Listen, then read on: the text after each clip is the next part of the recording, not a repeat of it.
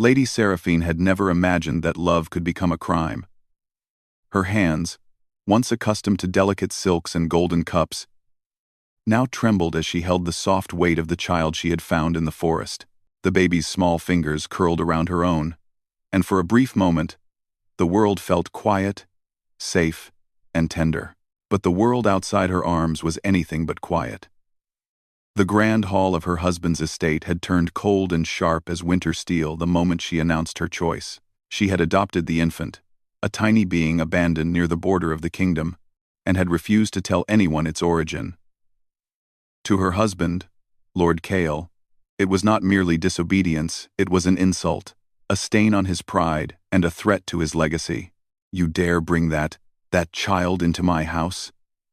Kale's voice had been ice-laced with fury. His eyes, once soft and attentive when he looked at her, now narrowed like sharpened daggers. "This is not your decision to make.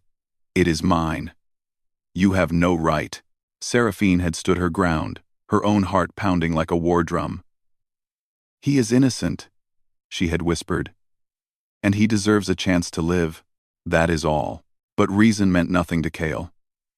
In a world ruled by bloodlines, status, and appearances, the child represented chaos. He demanded obedience, loyalty, and the silent acceptance of his authority. By choosing love, Seraphine had chosen defiance, and for that, she was cast out.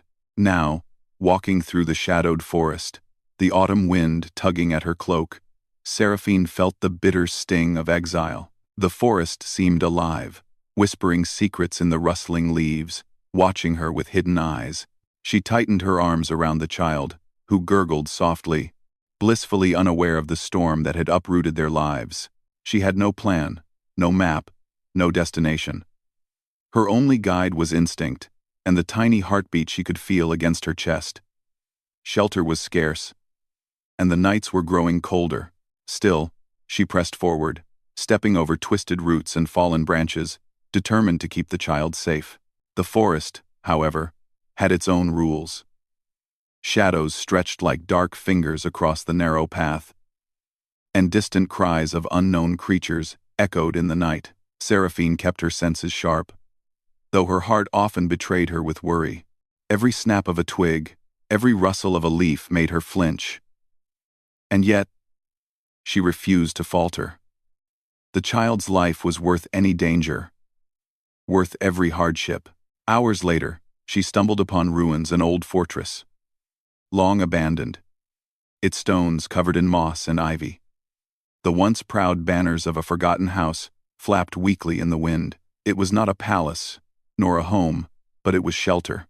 Seraphine settled there, lifting the child into her lap, and wrapped him in the remnants of her cloak.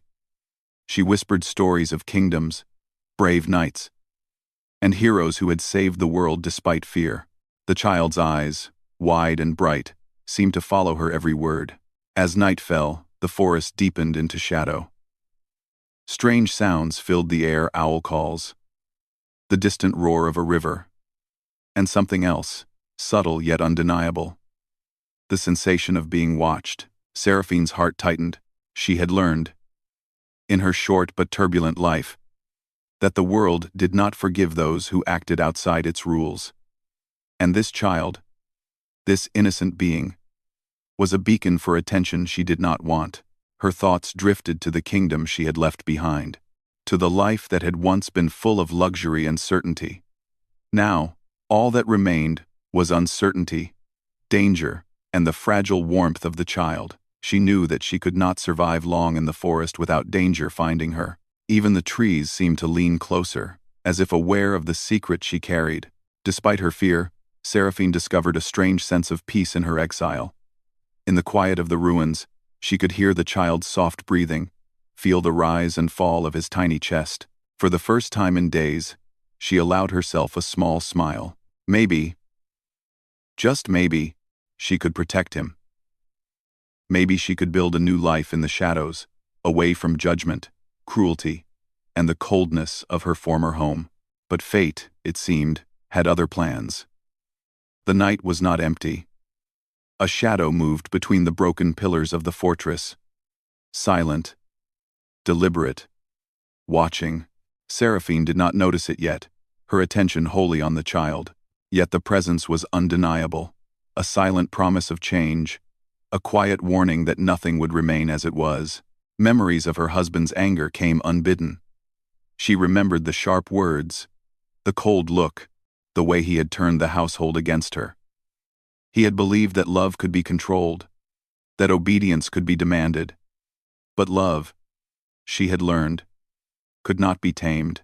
It lived in small acts, quiet defiance, and in the choice to protect another over oneself. As the hours passed, Seraphine sang lullabies, her voice trembling at first, then steadying with resolve. The baby's eyes, reflecting moonlight through the crumbling windows, seemed to glow faintly, hinting at the magic she had yet to understand. Something about the child was extraordinary, though she did not yet know how. The air around them seemed to shimmer slightly, as if alive. And Seraphine felt a shiver run down her spine. She thought of the stories her mother had told her, of ancient bloodlines, curses, and powers hidden in children born under rare stars. Could it be that this child was touched by something greater? The thought filled her with both awe and fear. If anyone discovered the truth, they would come for him, hunters, nobles, or worse. And yet, despite the fear, Seraphine knew she would not yield. She would stand against the world for this child, even if it meant standing alone. The wind shifted suddenly, carrying with it the scent of iron and frost. Seraphine stiffened. She did not move, but her instincts screamed that she was no longer alone. Somewhere in the darkness, a figure lingered, watching, waiting. Her pulse quickened, not with fear of the unknown, but with the understanding that destiny had begun to stir. Then, just as quietly as the feeling had come, it vanished. The forest returned to its eerie calm, the wind whispering through the broken stones. Seraphine held the child closer, her own heartbeat loud in her ears. Something had changed. The night had shifted, and with it, the course of their lives. She did not know it yet. But the father of this child, the man whose return would shake kingdoms, challenge laws, and ignite passions she had never dared to imagine, was already searching for them. His name was spoken in hushed tones across the northern lands. Lord Draven, Alpha of the Wilds, feared and respected for his power, his cunning, and the dark charisma that drew both awe and loyalty. And he would not rest until he found what was his. As Seraphine settled down for the night, trying to shield the child from the chill and the eyes she could not see, she whispered a promise into the darkness. "I will protect you," she said softly. "No matter what comes." A faint rustle in the shadows answered her, like a whisper of destiny, and she shivered, not from cold but from the sense that everything was about to change. The forest had secrets, the ruins had memories, and the child had a destiny that would draw them all into a story of power, love, and the struggle to protect what mattered most. Cliffhanger. High above, in the darkness beyond the trees, a pair of sharp eyes glimmered like stars. The Alpha had returned. He was watching, and he would not be denied. The forest had never felt so alive. Every sound seemed sharper, every shadow deeper, as if it knew that the balance of power had shifted. Lady Seraphine had spent the night in restless vigilance, her arms wrapped tightly around the child. Though he slept peacefully, a strange warmth emanated from him, almost as if he sensed the presence that drew nearer with each passing hour. It began with the wind. A sharp gust rustled the ruined stones, carrying a cold scent of iron, frost, and authority. Seraphine's heart stilled, her senses alert. She was not alone. Somewhere beyond the ruins, a figure moved with careful precision, silent, yet deliberate, and she knew instinctively that it was no ordinary traveler. Lord Draven, Alpha of the Northern Wilds, had returned. His reputation preceded him, whispered in both fear and admiration. Across the lands, he was a man of unmatched strength, his presence commanding, his gaze capable of freezing even the bravest warriors. Known for his relentless pursuit of what he desired, Draven was both revered and feared. And now, He was searching for the child who had been taken from him, for the child who was his by right and by destiny. Seraphine did not see him yet, but she felt the intensity in the air. Every instinct in her body screamed caution, and she moved silently through the broken hall, adjusting the child in her arms. The ruins offered some shelter, but they were no fortress against a man like Draven. She had survived exile, storms, and hunger, but now she faced a challenge unlike any she had encountered before. The wind shifted again, and a shadow appeared at the edge of the clearing. Draven stepped forward, his movements smooth and controlled, as if he were part of the forest itself. His eyes, sharp and calculating, scanned the ruins until they landed on Seraphine. There was no immediate hostility in his gaze, but there was an undeniable power, an authority that made the ground beneath her feet feel smaller. "You have something that belongs to me," he said, his voice low, resonant, carrying both warning and intrigue. "Give the child to me." Seraphine's breath caught. She tightened her hold on the baby and lifted her chin. "He is under my care now. I will not let you take him." Draven's eyes narrowed slightly. He studied her the way she held the child, the firmness in her posture, the courage that glimmered despite the fear in her eyes. He had expected resistance, but there was more here than mere obstinacy. There was strength, and it stirred something he had not anticipated. "Respect. You do not understand," he said, stepping closer, his voice still calm but edged with authority. "This child is not just any child. He carries a power that could change the fate of kingdoms. I cannot allow harm to come to him or for him to remain hidden where enemies could strike." "I understand perfectly," Seraphine replied. "Which is why I protect him. I will not hand him over to someone who treats him as property rather than as life." The tension between them was palpable, a silent storm crackling in the air. Draven's presence was overwhelming, yet Seraphine refused to step back. She had survived the judgment of a kingdom. She could survive this. The child gurgled softly, reaching for her face, and she smiled briefly, feeling a surge of determination. Whoever this man was, he would not intimidate her into surrender. Draven studied her for a long moment. He could see the love in her eyes, the fierce loyalty, and the courage that rivaled his own. And yet, he was aware of the danger the child's powers could bring if left uncontrolled. His mind raced with possibilities, each one darker than the last. He had vowed long ago to protect this child, to ensure that nothing or no one would take him away. And now, here was the woman who had defied him and yet, perhaps, had done what was necessary. "Why did you take him?" he asked, his voice softer, almost questioning. "Why not leave him where he was found?" Seraphine's gaze did not falter. "Because no one else would care. No one else would fight for him. I could not leave him to the cold and the dark. I could not abandon him." There was a pause. Draven's jaw tightened as he considered her words. There was truth in them, undeniable and raw. The woman before him was not weak, not naive. She had chosen love over safety, courage over comfort, and in that choice, he saw the potential for something far greater than mere ownership of the child. He saw trust, loyalty, and a heart capable of extraordinary courage. But duty was not so easily forgotten. Draven stepped closer, his presence almost pressing against her, yet not threatening. "I cannot let you keep him. Not because I doubt your care, but because there are forces that will seek him.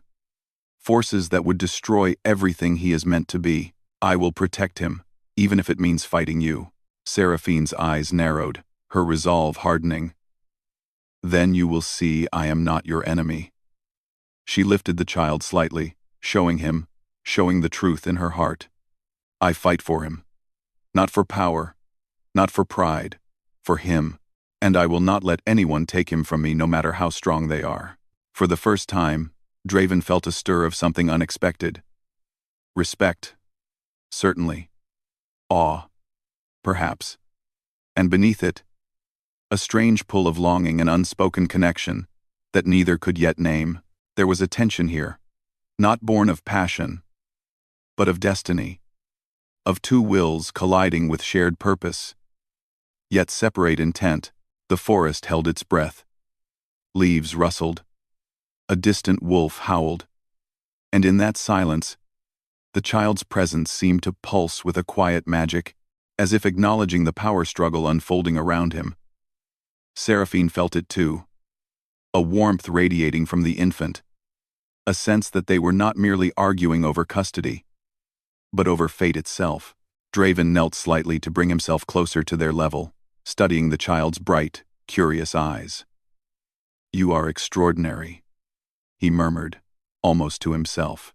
"And I will do whatever it takes to keep you safe, even if it means walking a path no man or woman has dared before." Seraphine did not flinch, but she felt a shiver run down her spine. There was something mesmerizing about the man, something powerful and dangerous yet not cruel. She could feel the weight of his purpose, the intensity of his presence. And yet, she did not trust him fully. Not yet. Trust was something earned, not demanded. Their standoff lasted until the wind carried a distant sound, hooves pounding, voices shouting, and the unmistakable clatter of armor. Rogue knights, remnants of her former household, had followed her, seeking to reclaim the child and return him to the palace. Their intentions were clear. The child must be removed, and Seraphine punished. Draven's gaze hardened. He rose swiftly, placing himself between Seraphine and the approaching threat. His aura of authority was undeniable, his presence commanding. The knights faltered, unsure how to proceed against a man who exuded strength in every movement. And in that moment, Seraphine saw a new side of him, a protector, a guardian, a force of nature that refused to be ignored. The knights charged, swords raised, but Draven moved with precision, blocking and redirecting them, his movements almost inhuman in their grace and speed. Seraphine watched, awestruck and terrified, as he fought not for dominance but for the safety of the child and her. Every strike, every calculated step, demonstrated power and purpose combined. In the chaos, Seraphine instinctively moved closer to Draven, the child safe between them. She realized that despite the tension, despite their conflict, she had come to rely on him, on his strength, his presence, and the quiet understanding that he would not harm them. The battle was not just physical, it was emotional, a test of trust, courage, and the unspoken bond forming between them. When the last of the knights fell back, disarmed or retreating, Draven turned to Seraphine. He was unharmed. Yet the intensity of the encounter had left a mark, a quiet gravity that pressed against the night air. "You see?" he said, his voice steady but softer now. "There are dangers you cannot face alone. The world is not kind to innocence. And the child, he is not ordinary. You must understand this." Seraphine's chest rose and fell rapidly, her mind racing. She nodded slowly, realizing the truth in his words. The forest, the kingdom, and the very fabric of destiny itself were all moving toward a moment she could not yet see. And somehow, she knew that the man before her, the Alpha, the father, the protector, was central to everything that was coming. The wind shifted once more, carrying a whisper that seemed almost alive. The forest trembled slightly, and the child stirred in her arms, eyes wide and shining. Seraphine felt a thrill of both fear and wonder. The child's power was awakening, subtle yet undeniable, and it bound them all together in ways she did not yet comprehend. Draven's eyes softened slightly as he looked at her. "You have courage," he said quietly, "and perhaps more than you know." Before Seraphine could respond, a deep rumble echoed through the ruins. The ground shook beneath them, small stones tumbling from the ancient walls. The shadows seemed to twist and lengthen, and the forest itself felt alive, aware of the presence of its Alpha and the child he sought. Seraphine hugged the child close, heart racing. Something ancient and powerful was stirring. A force older than any kingdom, older than any law, and in that moment, she realized that their struggle was only beginning. Cliffhanger. As the wind howled and shadows danced around them, Draven's gaze sharpened. "Stay close," he murmured. "What comes next will test us all, and nothing will ever be the same." The ruins had become a fragile sanctuary. Seraphine spent the early morning tending to the child, her fingers tracing gentle patterns across his soft skin, while Draven remained watchful near the edge of the clearing. The forest around them hummed with life. But it was a tense, uncertain life, trees swaying as though whispering warnings, shadows stretching longer than they should, and distant sounds of the kingdom beyond, echoing reminders that danger could arrive at any moment. Draven's presence was constant, a quiet tension that Seraphine could feel without needing to look. He moved like a shadow, always alert, always ready. Yet beneath the stoic alpha exterior, she began to notice subtle signs of weariness, brief exhalations, eyes scanning the forest with a sharpness tinged with worry. In those moments, she caught glimpses of the man beneath the legend, someone driven by loyalty, duty, and an unspoken longing. They had not spoken much since the skirmish with the rogue knights. Words felt unnecessary, weighed down by the gravity of the child's existence and the danger that lingered beyond the ruins. Instead, they communicated through glances, small gestures, and an understanding born of shared purpose. Seraphine had learned that the Alpha was not just a warrior. He was a protector, willing to shoulder burdens that would crush ordinary men. And for the first time, she felt a strange sense of comfort in his shadow. "You're skilled," Seraphine said quietly, breaking the silence as she adjusted the child in her arms. Her voice was gentle, but it carried a hint of admiration. "I've never seen anyone fight like that before. Not even my husband's guards could move with such precision." Draven's lips curved slightly, almost a smirk. "Years of practice," he said, his tone careful, "and necessity. But skill alone does not protect what matters. Courage, heart, and trust. Those are the things that endure." Seraphine's gaze softened. She had always relied on her own courage, her own judgment, but now she realized that survival required more than one person. And yet, trust was difficult. She had been betrayed before, cast out for following her heart, and giving it to another, even someone who appeared protective, was not simple. The child stirred, reaching out toward Draven with small, curious hands. Draven knelt beside them, careful not to startle him, and his expression softened as the child's tiny fingers brushed against his armor. There was a moment of stillness, a fragile pause in the midst of tension, where Seraphine saw a new side of the Alpha, a man capable of gentleness, of tenderness, of quiet awe. "You are extraordinary," Draven murmured, more to the child than to her. "You carry a power older than any of us, and it is why the world will seek you, why danger will follow. But I will not let it touch you, not while I live." Seraphine felt a lump rise in her throat. The intensity in his words, the sincerity in his eyes, touched something deep within her. She understood then that this was more than a clash of wills or a dispute over custody.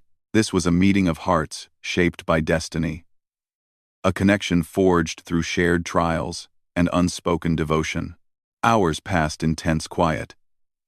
Seraphine prepared a simple meal from the small provisions she had salvaged, and Draven kept watch, his eyes scanning the forest with unwavering vigilance. The child cooed and babbled softly, and for a brief moment, it felt as though the world had narrowed to this ruined fortress, this fragile safety, this small family of three. As twilight descended, shadows lengthening and deepening into black, Draven spoke. His voice was low, careful, almost hesitant. "You need to know something," he said. "Something about the child, about why he is so important." Seraphine's heart tightened. She had feared this, yet she nodded, urging him to continue. "Tell me," she said softly. "I need to understand." Draven took a slow breath. "Years ago, I left the kingdom," he began, eyes fixed on the horizon. "I was forced to vanish, to protect him. There were enemies who would have used his power, twisted him for their own gain. He is the product of a union tied to an ancient lineage, And that lineage carries both blessing and curse. Seraphine listened, absorbing his words. She had suspected the child was extraordinary, but the weight of Draven's explanation brought new gravity to her thoughts. The kingdom's politics, the magic hidden in their bloodlines, the dangers lurking beyond the forest, all of it was far more intricate than she had imagined. He is meant to change the fate of our world, Draven continued, his gaze shifting to the child, and that is why I will not leave him in danger.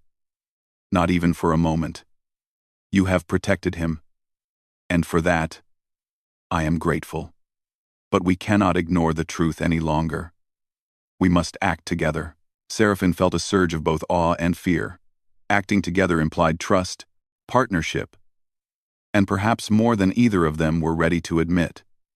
Yet in the quiet moments, in the small gestures and shared vigilance, she realized that their destinies were intertwined. They could not face what was coming alone. The night deepened, and with it came the subtle stirrings of magic. The child's soft glow, faint but undeniable, pulsed in time with the tension in the air. Shadows seemed to stretch and twist, responding to something older than either Seraphine or Draven. The forest itself seemed aware of their presence, waiting, watching, and guiding them toward the trials ahead. Draven studied Seraphine closely, his usual stoicism giving way to something harder to name.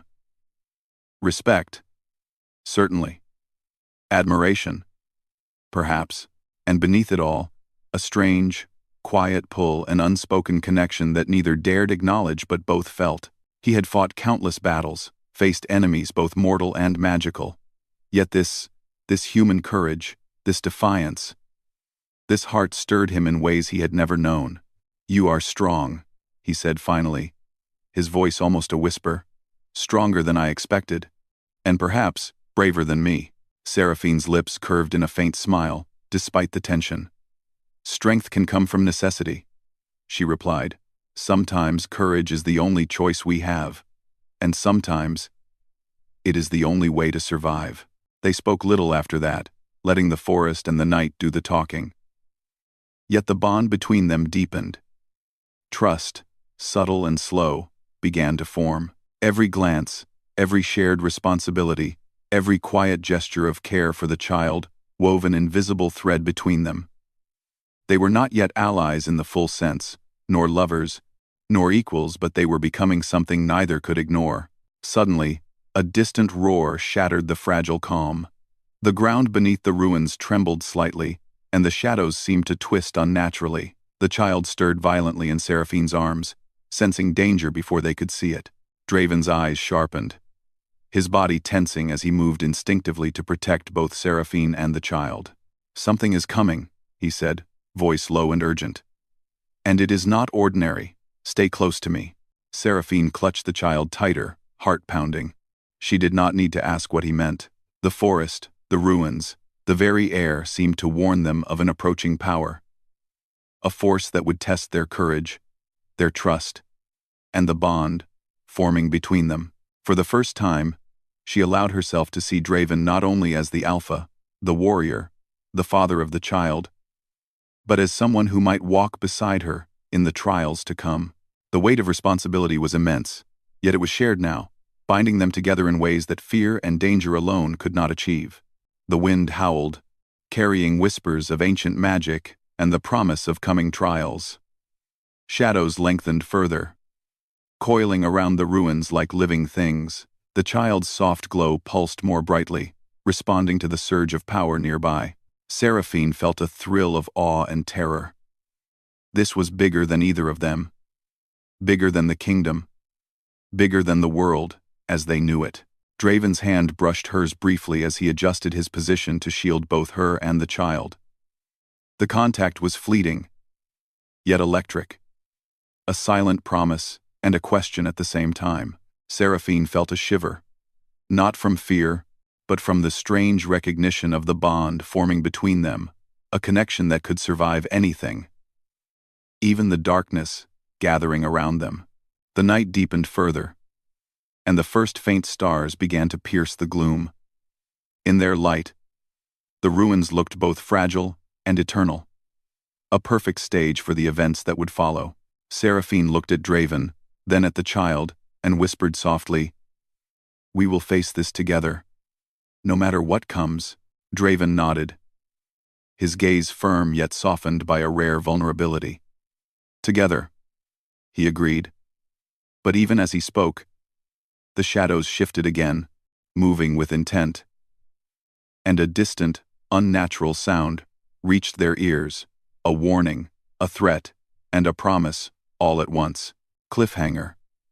The ruins trembled as a dark shape moved closer, drawn by the child's power. Seraphine felt the cold touch of fear against her heart, but also the certainty that they would not face it alone. Draven's grip tightened around her arm, and the child's glow flared. "Hold on," he whispered, eyes burning with resolve. "The real trial begins now." The forest trembled with the pulse of magic. Shadows writhed unnaturally among the ruins, bending and twisting as though alive. Seraphine clutched the child tightly, her heart pounding in her chest. Draven stood beside her, a wall of strength, his eyes scanning every movement, every flicker of darkness. The child's glow intensified, a soft but insistent light that pulsed in rhythm with the danger closing around them. "This way," Draven murmured, motioning toward the innermost chamber of the ruins. "We must use the heart of the fortress. It is the safest place for him and for us." Seraphine followed, her steps careful over the uneven stones. The child cooed softly, sensing the urgency, but not yet frightened. She glanced at Draven as he moved, every action precise, controlled, and protective. In moments like this, she could see beyond his fearsome reputation. She saw a man burdened by responsibility, haunted by the past, and determined to protect what mattered most. Once inside the chamber, they formed a small circle. Draven knelt beside the child, his hands hovering protectively. Seraphine's own hands rested lightly on top of his, and for the first time, there was a sense of quiet unity between them, a silent acknowledgement of shared purpose and unspoken trust. "The child's power is awakening faster than I expected," Draven said quietly. "The magic within him. It responds to emotion, to courage, to heart. He will need us both, together, if he is to survive what comes." Seraphine nodded, her gaze softening. She had feared this moment, the confrontation with the unknown, the revelation of forces far beyond her understanding, but she also felt a strange strength, bolstered by Draven's presence. Together, they could face anything. Suddenly, the shadows outside the chamber thickened. A low, rumbling growl echoed through the ruins. The air grew cold and heavy, charged with dark energy. From the darkness emerged shapes creatures twisted by ancient curses, drawn to the child's power. Their eyes glowed faintly in the gloom, and their forms shimmered with otherworldly menace. Draven's hands went to his weapons. Though he did not strike immediately, his gaze shifted between Seraphine, the child, and the approaching threat. "Stay close," he whispered. "We cannot fight them as mere humans. We must protect him and trust him." Seraphine tightened her hold on the child, her mind racing. "Trust him." The words echoed in her mind. The child's glow pulsed brighter, a small warmth radiating outward that seemed to repel the creeping shadows. She realized then that the power within him was not only formidable, it was a reflection of the love and courage surrounding him. Draven stepped forward, placing himself between Seraphine and the creatures. His movements were fluid and decisive, blocking the nearest shadow with the edge of his blade while directing the others away. Seraphine's heart pounded not with fear, but with awe. He was relentless, not merely fighting to defeat them, but to protect, to shield, to survive. The child stirred in her arms, and a surge of light flared from him, washing over the chamber. The creatures recoiled, screeching and twisting in pain as the glow intensified. Seraphine felt the warmth of it against her face, the sensation of raw, untamed magic responding to the child's instincts and her own protective presence. Draven's eyes widened slightly, recognition dawning. "He's stronger than I thought," he said in a low voice. And he is choosing to fight with us. Together, they formed a strange, fragile unity. Seraphine holding the child, channeling love and courage, Draven wielding skill and strength, and the child, an unexpected beacon of magic and light, guiding them through the darkness. Each movement, each decision, reinforced their bond. They were no longer two separate individuals facing fate.